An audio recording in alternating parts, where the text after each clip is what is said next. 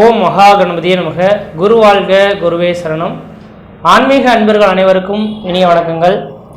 நம்ம இந்த வீடியோ மூலமாக 2024ஆம் ஆண்டிற்கான ஜூலை மாத ராசி பலன்களை பார்க்க இருக்கிறோம். குறிப்பாக இந்த வீடியோவானது பார்த்தீங்க அப்படின்னாக்கா ரிஷபராசிக்கான வீடியோ.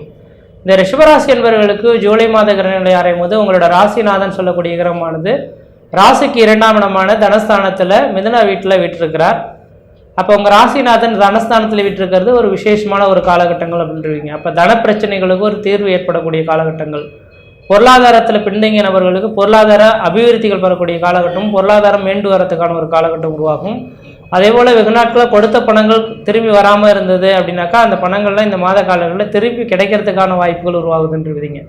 ஏன்னா இந்த நேர காலகட்டத்தில் கொடுத்த பணம் அப்படின்றது பார்த்திங்கன்னா 3ஆம் இடம். இந்த 3ஆம் அதிபதினு சொல்லக்கூடிய கிரகமானது சந்திர பகவான், லாபாதிபதினு சொல்லக்கூடிய கிரகமானது குரு பகவான். அப்போ ஒருத்தர்கிட்ட உங்ககிட்ட இருந்து இன்னொரு நபர்களுக்கு கொடுக்கக்கூடிய பணங்கள் எல்லாமே 3ஆம் இடத்தை சாரும். அந்த 3ஆம் அதிபதி நட்சத்திரத்தை சாரத்தை வாங்கி லாபாதிபதினு சொல்லக்கூடிய குரு பகவான் உங்கள் ராசியிலேயே வலுவாக உட்கார்ந்துருக்கக்கூடிய காலகட்டங்க. அப்போ வெகு நாட்களாக வராமல் காத்திருந்த பணங்கள் இந்த மாத காலகட்டத்தில் உங்களுக்கு வர்றதுக்கான வாய்ப்புகள் மிகவும் பிரகாசமாக இருந்துட்டு இருக்குன்ற மட்டும் தெளிவுபடுத்த விரும்புகிறேன். அதோட நான் ஒரு சில கருத்துக்கள் சொல்ல விரும்புகிறேன். இது எல்லா 12 ராசியிலுமே இந்த கருத்துக்கள் சொல்லணுன்றது நினைக்கிறேன். ஏன்னா லாஸ்ட் மந்தில் பார்த்தீங்கன்னாக்கா நபர்கள் இருவேறுபட்ட பலன்களை பார்த்துட்டு பலன்களும் கேட்குறாங்க. கேட்கும் போது என்ன சார் நீங்கள் சொன்ன பலன்களில் சிறப்பாக இருக்குது அப்படின்னு சொல்லிட்டு, சார் இந்த மாத பலன்கள் நீங்கள் சொன்ன மாதிரியே எங்களுக்கு சிறப்பாக இருந்தது, வாழ்க்கையில் சுபிச்சமாக இருந்தது, இதே மாதிரியே தொடர்ச்சியாக எங்களுக்கு ஒவ்வொரு மாதமும் பலன்கள் கொடுங்க அப்படின்ட்டு சொல்லும் போது அதை கேட்கும் போது எனக்கு ரொம்ப மன சந்தோஷமாக இருந்துகிட்ருக்கு. அப்போ நம்ம சொல்லக்கூடிய பலன்கள் ஓரளவுக்கு நம்ம தோராயமாக சொல்லக்கூடிய இந்த கோச்சார பலன்களே ஓரளவுக்கு மக்களுக்கு பயனுள்ளதாக இருக்குது. இன்னும் நம்ம தெளிவாக சொல்லணும் அப்படின்ற நம்பிக்கையோட ஒவ்வொரு மாதமும் நம்ம எடுத்துகிட்டு இருக்கோம். அப்போ உங்களுக்கு எப்பொழுதுமே நீங்கள் என்ன நினைக்கிறீங்கனாக்கா இந்த கோச்சார ரீதியான பலன்களே உங்களோட வாழ்க்கையை நிர்ணயிச்சிரும்னு நினைக்கிறீங்க. கண்டிப்பாக கிடையாதுங்க. இந்த கோச்சார ரீதியான பலன்களானது ஒரு 35% தான் உங்களோட வாழ்க்கையில் ஒத்துப்போகும். மீதமுள்ள 65% உங்களோட சுய ஜாதகத்தின் வாயிலாக மட்டும்தான் நீங்கள் அனுபவிக்க முடியும். அப்போ சுய ஜாதகம்னா என்ன சார்? நீங்கள் பிறக்கும் போது எழுதப்பட்ட ஜாதகங்கள் தான் சுய ஜாதகங்கள். அப்போ அந்த சுய ஜாதகத்தில் இருக்கக்கூடிய கிரகங்களை இந்த நேரத்தில் இருக்கக்கூடிய கோச்சார கிரக நிலைகள் ஒன்றுடன் ஒன்று மோது ஏற்படக்கூடிய நிகழ்வுகள் தான் இந்த ஒவ்வொரு மாதத்துக்கும் ஏற்படக்கூடிய பலன்கள் அப்படின்றீங்க. அப்போ உங்களோட சுய ஜாதகம் இந்த நேர காலகட்டத்தில் வலிமை பொருந்தி இருந்தாலோ அல்லது உங்கள் ராசிநாதனோட தசாகளோ லக்னாதிபதி தசைகளோ 5ஆம் அதிபதி 7ஆம் அதிபதி 9ஆம் அதிபதி தசாபத்திகளோ நடந்தால்தான் ஒரு சுப நிகழ்வுகள் உங்களோட வாழ்க்கையில் வளம் பெறும். ஒருவேளை உங்களோட சுய ஜாதகத்தில் 6, 8, 12ஆம் அதிபதி தசாபத்திகள் நடந்தால் விரயங்கள் அதிகரிக்கின்றீங்க. ஒருவேளை உங்களோட சுய ஜாதகத்தில் 6, 8, 12ஆம் அதிபதி தசாபத்திகள் நடந்து ஆனால் இந்த நேரத்தில் கோச்சார ரீதியான கிரக நிலைகள் உங்களுக்கு வாய்ப்புகள் தந்தாலும் பலன்கள் கிடைக்காது. உங்கள் சுய ஜாதகத்தில் வலிமை பொருந்தி இருந்து இந்த நேரம் சொல்லக்கூடிய கோச்சார பலன்கள் வலிமை பொருந்தி இருந்தால் 100க்கு 100% உங்களுக்கு செயல்படும். அதனால் உங்களோட சுய ஜாதகத்தை கம்பல்சரி நீங்கள் ஒப்பிட்டு பார்த்துங்க. ஒவ்வொரு மாதமும் ஒப்பிட்டு பார்க்கணுன்றது அவசியம் இல்லை. வருடத்தில் ஒரு முறை உங்களோட சுய ஜாதகத்தை எடுத்து தெளிவாக செக் பண்ணி பார்த்துங்க. இந்த வருட பலன்கள் எப்படி இருக்குன்றதை மட்டும் பார்த்து தெரிஞ்சுக்கிட்டு அதோட இந்த கோச்சார ரீதியான பலன்களையும் நீங்கள் மையப்படுத்தி பார்த்தீங்கன்னா வாழ்க்கையில் வெற்றி பெற முடியுன்றீங்க. அதன் அடிப்படையில் பார்க்கும்போது இந்த மாத கிரக நிலையானது உங்கள் ராசிநாதன் சொல்லக்கூடிய கிரகமானது ராசிக்கு 2ஆம் இடமான தனஸ்தானத்தில் விட்டிருக்கக்கூடிய காலகட்டத்தில் வெகு நாட்களாக பண பிரச்சனையாக காத்திருக்கக்கூடிய நபர்களுக்கு பணமானது பல வழியிலிருந்து உங்களோட வீட்டின் வாயில் கதவை தட்டக்கூடிய காலகட்டம் உருவாகும். பொருளாதாரத்தில் பின்தங்கிய நபர்கள் யாராக இருந்தாலும் பொருளாதார அபிவிருத்திகள் பெறக்கூடிய காலகட்டம் உருவாகும். குடும்பத்தில் ஒரு சுப நிகழ்வுகளும் சுபகாரியங்களும் அழியா சொத்து சேர்க்கை ஏற்படக்கூடிய காலகட்டம் உருவாகும். வெகு நாட்களாக நடைபெற்ற திருமண யோகங்கள் கூட இந்த நேர காலகட்டத்தில் உங்களோட வாய்ப்புகள் தேடி வருன்றீங்க. ஏன்னா 4ஆம் அதிபதி சூரியனோடு சுக்கிரன் சேரக்கூடிய காலகட்டங்கள் உருவாயிடுச்சுங்க. அப்போ 4ஆம் அதிபதி சுகாதிபதியோட சுக்கிரன் சேர்ந்திருக்கக்கூடிய காலகட்டத்தில் குடும்பத்தில் ஒரு சுப நிகழ்வுகளும் சுபகாரியங்களும் ஏற்படக்கூடிய காலகட்டம் உருவாகும். அழியா சொத்து சேர்க்கைகள் ஏற்படக்கூடிய காலகட்டங்கள் உருவாகும். வெகு நாட்டில் யார்கிட்டயா பணங்காசுகள் கொடுத்துருந்தீங்கன்னா அந்த பணங்காசுகள்லாம் இந்த நேரத்தில் வட்டி முதலமாக உங்களுக்கு கிடைக்கிறதுக்கான வாய்ப்புகள் உண்டு.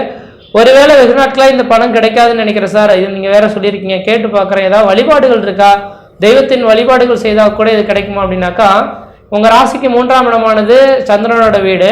இந்த சந்திரனோட நட்சத்திரமானது ரோகிணி நட்சத்திரம். லாபாதிபதினு சொல்லக்கூடிய கிரகம் குரு பகவான். அந்த குரு பகவான் இன்னைக்கு ரோகிணி நட்சத்திரத்து மேலே பயணிக்கிறதுனால கண்டிப்பாக கொடுத்த பணம் இந்த மாத காலகட்டத்தில் உங்களை வீட்டை தேடி வரும். இதுக்கு என்ன பரிகாரங்கள் செய்யணும்னாக்கா உங்கள் வீட்டு பக்கத்தில் இருக்கக்கூடிய பெண் தெய்வ வழிபாடுகளை நீங்கள் மேற்கொள்வது நல்லாயிருக்கும். உங்களுக்கு பிடித்தமான பெண் தெய்வம் எதாக இருந்ததுனாக்கா இந்த மாத காலகட்டத்தில் அந்த ஒரு வெள்ளிக்கிழமை போயிட்டு வழிபாடு செய்துட்டு மனதார வேண்டுதல் எடுத்திருந்தீங்கனாக்கா அந்த வட்டியும் முதலமாக அந்த பணங்கள் கிடைக்கிறதுக்கான வாய்ப்புகளும் மிகவும் சிறப்பாக இருக்குது. அதே போல் தொழில் செய்யக்கூடிய நபர்களுக்கு லாபாதிபதினு சொல்லக்கூடிய கிரகம் லக்னகேந்து ராசிக்கு 11ஆம் அதிபதி உங்கள் ராசியை நோக்கி வந்திருக்கிறதுனால 2025 மே மாத காலகட்டம் வரலுமே உங்களோட வாழ்க்கையில் ஒளி பொருந்திய ஒரு காலகட்டமாக இந்த ஆண்டானது இருக்க போகுதுன்னு மட்டும் தெளிவுபடுத்த விரும்புகிறேன். லாபங்கள், அதாவது உங்களோட உழைப்புக்கேற்ற ஊதியமானது உங்களை நோக்கி வந்துக்கிட்டே இருக்குன்றிருப்பீங்க. இப்போ லாபாதிபதி உங்களை நோக்கி வந்ததுனால உழைப்புக்கேற்ற ஊதியங்கள் கிடைக்கும். அதே வேளையில் தொழில் சார்ந்த விஷயங்களில் கொஞ்சம் அலைச்சல் தெரிச்சல்களும் இருக்க தான் செய்யும். ஏன்னா லாபங்கள் கிடைக்க நம்ம உழைக்கும் போது தான் வாய்ப்புகள் கிடைக்கும். உழைக்காமலாம் திடீர் அதிர்ஷ்டங்கள்லாம் கிடைக்கிறது வாய்ப்புகள் கிடையாது. அதனால் நீங்கள் எந்த அளவுக்கு உழைக்கிறீங்களோ உழைப்புக்கு தகுந்த ஊதியங்கள் பெறக்கூடிய காலகட்டம் உருவாகும். அதனால் உழைப்பு நம்புங்க, அதிகமான ஊதியங்களை பெறதுக்கான வாய்ப்புகள், உங்களை வீட்டை வாயில் கதை தட்டுறதுக்கான வாய்ப்புகள் உண்டு. அதே போல் 5ஆம் அதிபதி புதன் பகவான் சொல்லக்கூடிய கிரகமானது தனக்கு 3ஆம் இடத்துல உட்காந்துருக்கார். 5ஆம் அதிபதினு சொல்லக்கூடிய கிரகமானது 3ஆம் இடத்துல இருக்கிறனால முயற்சிகள் வெற்றி பெறத்துக்கான வாய்ப்புகள் உருவாகும். உங்கள் குலதெய்வத்தின் பரிபூர்ண பார்வை உங்களுக்கு கிடைக்கிறதுக்கான வாய்ப்புகள் உண்டு. உங்களோட இளைய சகோதரத்தினால உங்களுக்கு ஆதாயங்கள் பெறக்கூடிய காலகட்டம் உருவாகும்.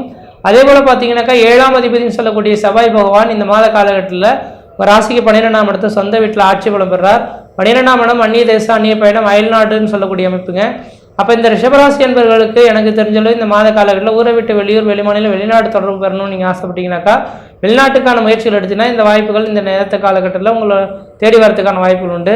அதே போல் இந்த மாத காலகட்டத்தில் செவ்வாய் பகவான் இந்த ஜூலை மாதம் 12ஆம் தேதிக்கு பிறகு உங்கள் ராசியை நோக்கி வரார். அப்போ 7ஆம் அதிபதினு சொல்லக்கூடிய கலசரஸ்தானாதிபதி உங்கள் ராசியை நோக்கி வரக்கூடிய காலகட்டத்தில் வெகு நாட்களாக திருமணமாகாத நபர்களுக்கு திருமண வாய்ப்புகள் கூடி வரத்துக்கும், குழந்தை பேர் இல்லாத நபர்களுக்கு குழந்தை பேர் உருவாகிறதுக்கான ஒரு உன்னதமான ஒரு காலகட்டமாக இந்த ஜூலை மாத கிரகநிலையானது உங்களுக்கு சிறப்பாக இருந்துட்டு இருக்குன்றீங்க. அதே போல் உங்கள் ராசிக்கு 9ஆம் அதிபதினு சொல்லக்கூடிய கிரகமானது இந்த நேரத்தில் 10ஆம் இடத்துல சனி பகவான் வக்ரம் பெற்று உட்கார்ந்து இருக்கார். வக்ரம் பெற்றாலும் பின்னோக்கி இருந்தார் அப்படின்னாக்கா 9ஆம் இடத்தை நோக்கி வராருன்றீங்க. அப்போ 9ஆம் அதிபதி 9ஆம் இடத்தில் ஆட்சி பலம் பெறக்கூடிய காலகட்டத்தில் 9, 10ஆம் அதிபதிகள் ஒரு இடத்துல சேர்ந்தாலோ பார்த்தாலோ பரிவர்த்தனை ஆனாலும் தர்ம கர்ம ராஜயோகம்ன்றீங்க. அப்போ 9ஆம் அதிபதி 10ஆம் அதிபதி 2 கிரகமே சனி பகவான் ஆகிறதுனால தர்ம கர்ம ராஜயோகமானது இந்த மாதத்தின் தொடக்கத்தில் இருக்க போகுது. இந்த விதிகள் பார்த்தீங்கன்னா தொழில் வளர்ச்சி, பொருளாதார அபிவிருத்தி, குடும்ப மேன்மை, தொழில் சார்ந்த விஷயங்களை வளர்ச்சி பெறத்துக்கான ஒரு காலகட்டங்களாக இந்த நேரம் வந்துட்டு இருக்கிறத பார்க்க முடியுதுங்க. அதே போல் ராகு பகவான் பார்த்தீங்கன்னாக்கா 11ஆம் இடத்துல லாபஸ்தானத்தில் இருக்கிறார். ஆமேடம் எருதுகணி நண்டு சுறா 5 இடத்தில் கருணாகம் ஜாதகர் பொன்மத்தையில் தெயில்வார் அப்படின்ற விதிங்க. அப்போ ராகு பகவான் இன்னொரு ஒரு வருட காலகட்டத்துக்கு லாபஸ்தானத்தில் வீட்டிருக்க போகிறார். அப்போ லாபஸ்தானத்தில் ராகு பகவான் வீட்டிருக்கக்கூடிய காலகட்டத்தில் நீங்கள் எடுக்கக்கூடிய காரியங்களும் செய்யக்கூடிய செயல்களும் வெற்றிக்கான ஒரு காலகட்டம் உருவாகும். அதே போல் லாபங்கள் பன்மடங்கு பெறக்கூடிய காலகட்டம் உருவாகும். எடுத்த காரியத்தில் வெற்றி பெறத்துக்கும், குடும்ப அபிவிருத்திக்கும், பொருளாதார மேன்மைக்கும் ஒரு உகந்த காலகட்டமாக இருக்குது. அதனால் ராகு பகவானை முன்னிறுத்து அது துர்க்கையம்மனை வழிபாடு செய்துட்டே வந்தீங்கன்னாக்கா எதிர்பார்த்த காரியங்கள் எல்லாமே தங்கு தடையின்றி வெற்றிகள் தரக்கூடிய காலகட்டம் உருவாகும். தொழில் வளர்ச்சிகள்லாம் பெறத்துக்கான வாய்ப்புகள் உண்டு. தொழிலில் வருமானங்கள் பெறத்துக்கான வாய்ப்புகளும் சிறப்பாக இருந்துகிட்ருக்கும். வருமானங்கள் பன்மடங்கு பெறக்கூடிய காலகட்டமாக இந்த மாதம் இருந்துகிட்ருக்கு. வெகு நாட்களாக திருமணமாகாத நபர்கள் திருமண வாய்ப்புகள் கூடி வரும். அதாவது ஏற்கனவே திருமணமாகி ரத்தாயி 2வது திருமணத்துக்காக நோக்கி காத்திருக்கக்கூடிய நபர்களுக்கு ராகு பகவான் 16ஆம் இடத்துல இருக்கிறதால உங்களுக்கு 2வது திருமணம் அமையறதுக்கான வாய்ப்புகளும் சிறப்பாக இருந்துட்டு இருக்குன்றது சொல்லக்கூடிய அமைப்புங்க. அப்போ வாக்குஸ்தானாதிபதி சொல்லக்கூடிய கிரகமானது முயற்சி ஸ்தானத்தில் இருக்கிறனால படிக்கக்கூடிய மாணவ செல்வங்கள் எல்லாமே இந்த நேரத்தில் படிப்பு மேலே அதிகமான அக்கறை எடுத்து படிப்பில் ஓரளவுக்கு தேர்ச்சி பெறக்கூடிய ஒரு காலகட்டமாக இந்த மாதம் இருந்துட்டு இருக்குன்னு சொல்லலாம். அதே வேளையில் பார்த்தீங்கன்னாக்கா அரசியல் துறையில் ஈடுபடக்கூடிய நபர்களுக்கு உங்களுக்குன்ற தனித்த ஒரு அங்கீகாரம் பெறக்கூடிய காலகட்டம் உருவாகும். சினிமா துறையில் இருக்கக்கூடிய நபர்களுக்கு உங்களுக்குன்ற ஒரு மதிப்பு மரியாதைகளும் அதன் மூலியமாக ஆதாயங்கள் பெறக்கூடிய காலகட்டம் உருவாகும். விவசாயம் சார்ந்த துறையில் இருக்கக்கூடிய நபர்களுக்கு இந்த மாத காலகட்டத்தில் உங்களுக்கு ஓரளவுக்கு விவசாயத்தில் ஒரு லாபங்கள் ஈட்டக்கூடிய ஒரு காலகட்டமாக உருவாகுன்றீங்க. சிவப்பு வண்ண பொருளாதாரத்தை நீங்கள் விளைவிக்கும் போது அதனால் ஆதாயங்கள் பெறக்கூடிய காலகட்டம் உருவாகும். சிவப்பு வண்ண நிறனாக்கா என்னென்னாக்கா தக்காளி, வெங்காயம், மிளகாய் இதெல்லாம் பார்த்திங்கன்னா சிவப்பு வண்ண நிறத்தை குறிக்கும். இந்த பொருட்கள் நீங்கள் இந்த வருட காலகட்டத்திலே நீங்கள் அதிகமாக வெள்ளாமை விளைச்சல் செய்யும் போது அதன் மூலிமா லாபங்கள் பெறக்கூடிய காலகட்டமாக உருவாகுன்றீங்க. மற்ற விதத்தில் இந்த தீன் தோஷங்கள் பாதிக்கக்கூடிய சீரும் சிறப்பாக இருப்பீங்க, நலமாக இருப்பீங்க. நன்றி, வணக்கம்.